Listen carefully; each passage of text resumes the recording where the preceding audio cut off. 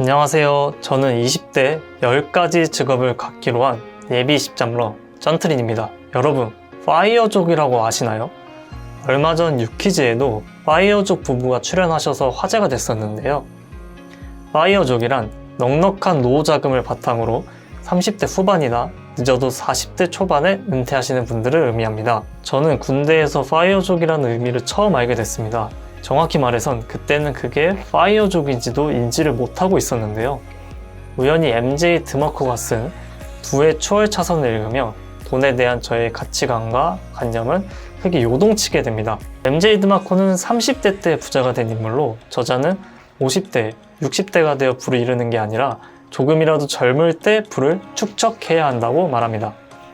흔히들 젊을 땐 돈이 없고 중년에는 시간이 없고 노년에는 건강이 없다고 말합니다. 저자는 이를 부정하고 시간과 건강이 있는 젊을 때 부자가 되어야 한다고 말하죠. 그렇다면 우리는 왜 파이어족이 되어야 할까요? 첫째, 안정적인 가정. 저의 경우는 안정적인 가정을 이루려는 경향이 큽니다. 이는 제 어린 시절과 연관되는데요. 제 부모님은 제 초등학교 입학과 동시에 맞벌이를 하셨기 때문에 저는 집에 혼자 있는 경우가 많았습니다. 특히 아버지와의 추억은 거의 없을 정도로 기억이 남는 일이 없는데요.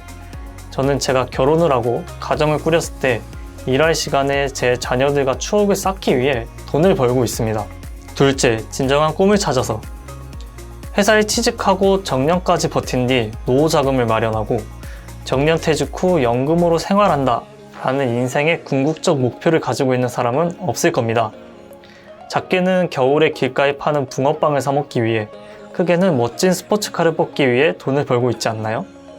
즉, 돈은 나의 행복을 위한 수단이며 내가 맘 편히 꿈을 향해 나아갈 수 있게 해주는 교통수단입니다. 그리고 우리는 그 돈을 기회가 많은 젊을 때 벌어야 합니다. 셋째, 비굴해지지 않기 위해서. 많은 어른들이 말씀하십니다. 늙어서 돈 없는 것만큼 비참한 건 없다고. 안타까운 이야기일 수도 있지만 돈은 우리의 자존심을 지켜줍니다. 어디 가서 아쉬운 소리 하지 않고 돌아다닐 수 있다는 거죠. 만약 당신이 파이어족이 되기에 성공한다면 적어도 돈 앞에 무릎 꿇어가며 자존심 구길 일은 생기지 않을 겁니다. 사실 정확히 말하면 저는 파이어족이 되고 싶진 않습니다. 돈 많은 디지털 노마드가 되고 싶을 뿐이죠. 일이 없는 삶은 좀 무료할 것 같거든요. 실제로 MJ 드마코도 막대한 부를 축적했지만 계속해서 일을 하고 있습니다. 테슬라의 수장 일론 머스크도 300조가 넘는 자산을 갖고 있지만 계속해서 일을 하고 있죠. 하지만 디지털 노마드든 파이어족이든 이 영상의 취지는 우리는 젊을 때 부를 쌓아야 한다는 것입니다.